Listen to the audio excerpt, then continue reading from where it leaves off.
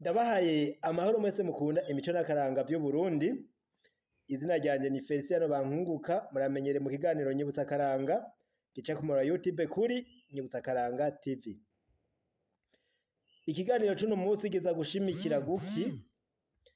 Kiza gushimikira ku tujajuro tujanye na Inarunyonga. Inarunyonga yamenyekanye nk'umugore yafasha mu mico n'akaranga vy'Uburundi, akavuga ivyari binyegejwe kugira ngo bije habona bishobore gutorerwa umuti. Twarabonye ikiganiro ca mbere giheruka, uyu musi ikiganiro ca tucita ica kabiri, mwumve ko ari ica kabiri, ica mbere mwarakibonye, utakibonye aje kuri Nyibutsa Akaranga TV aha kuri YouTube akibone. Hanyuma rero uyu musi tugomba duce dusimbiza turabe akandi kajajuro kavugwamwo Inarunyonga. Inarunyonga twabonye ko yari umuntu w'umugore aciye ubwenge, yaravugwa cane mu migani. Ico gihe rero akerekana ibintu bitagenda neza, abantu rero bagaca babona aho bokosora. Hari n'abantu bagomba kuronka ibintu bitabaruhije. Abo rero Inarunyonga nawe yaraboneka muri bo, ni bamwe bita ngo abantu b'ugwenge. Inarunyonga nawe nyene yaraboneka ko ari umuntu afise ubwenge bwo kurondera ibintu kugira agwize amatungo bitamugoye, niho muca mubibona. Muribuka kandi ko hari n'agasaka bamwitiriye ari Ngozi, bakavuga ngo n'agasaka ka Inarunyonga. Kubera iki? Ngo niho yapfiriye. Ahapfiriye rero haca hava ako gasaka, haciye hava ako gasaka. Hakuze rero igiti, muraza kukibona, reka ndakibereke kuba atakibonye. Niho haca yitirirwa ku gasaka ka Inarunyonga, haca haba n'iratiro, aho rero ni hariya i Ngozi. Reka mbaze ndaberekereho ku gasaka ka Inarunyonga ku butari bwakabone. Abari barahabonye nabo ikiganiro ni Nyibutsa Akaranga, ni ukwiyibutsa nabo barasubira biyibutsa barabe aho ku gasaka. Habaco tutera tubandanya. Murakoze. Ndabahaye amahoro mwese mukunda imico n'akaranga vy'Uburundi. Izina ryanje ni Feliciano Bankunguka, mumenyere cyane mu kiganiro Nyibutsa Akaranga gica ku murongo wa YouTube kuri Nyibutsa Akaranga TV.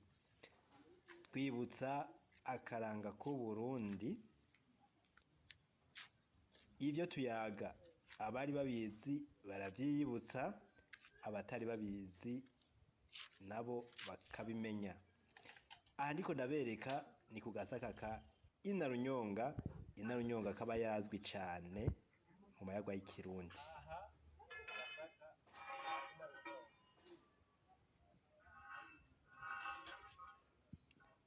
Turabahaye ikaze rero muri ibi biganiro. Murakoze.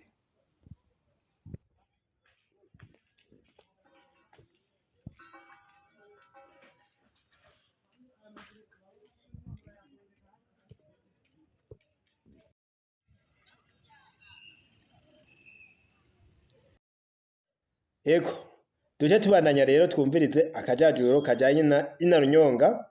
Kavuga gati: Inarunyonga yagiye kwihagarika, akatsi kamukora mu magara, nawe ati ibi nabiheruka umugabo wanje akiriho. Uca wumva ingene Inarunyonga yaboneka, ingene yaboneka ivyo avuga nko kumengo ni umuntu yobashira isoni, mugabo ugasanga yavuga ibintu biriho. Umuntu akatsi kamukoze mu magara, camubona ingene yaba yarameze. Twavuze ko Inarunyonga yari umugore, akatsi kamukozemwo ivyo yaciye yibuka umugabo wiwe akiriho. Duce rero tubandanya. Hari n'ahandi mwumvise bagiye baravuga ngo yagiye kwihagarika ku bunyegeri, barasumagiza, nabwo buti sumisha buhoro, n'imvura y'agatasi yaradusize. uca wumva rero ibijanye n'utujajuro ni kuba abantu barumviriza batwenga mugabo hakaba harimwo kandi harimwo n'inyigisho ku bijanye naho no kuronka ivyo umuntu ataba abiriye akuya. Kugira umuntu aronke ibintu atabiriye akuya ni hahandi tuza kumva yavyaye umwana w'umukobwa amwita Ntagisivya, avuga ati uwu mwana wanje ntiyapfa ndamukoshe, apfe ndamukoshe, akure ndamukoshe. Vyaciye bigenda gute? Yarafashe urugendo wa mwana amupfirako, amaze kumupfirako kuko yamwise Ntagisivya bizotuma amukwesha ahariho hose azomukosha, yaciye aja ku rugomero ahengera inka z'umwami, zishotse aca aterera wa mwana mu maguru ya za nka ziramuhonyora. Ico yaciye avuga, yaciye yiha akaruru ati ntabare inka z'umwami zinyiciye umwana. Bati hora ntibije hejuru, baciye bamuha inka nyinshi arigira. Murumva rero yuko ngaho yakoresheje ubwenge kuko umwana we yamwise Ntagisivya avuga yuko azogerageza kurondera ingene amukosha. Murumva rero vyarakunze, yamukoresheje amaze gupfa. Nuko rero izo nizo nkuru za Inarunyonga, n'ubundi reka tuzosezera mu biganiro bizokurikira.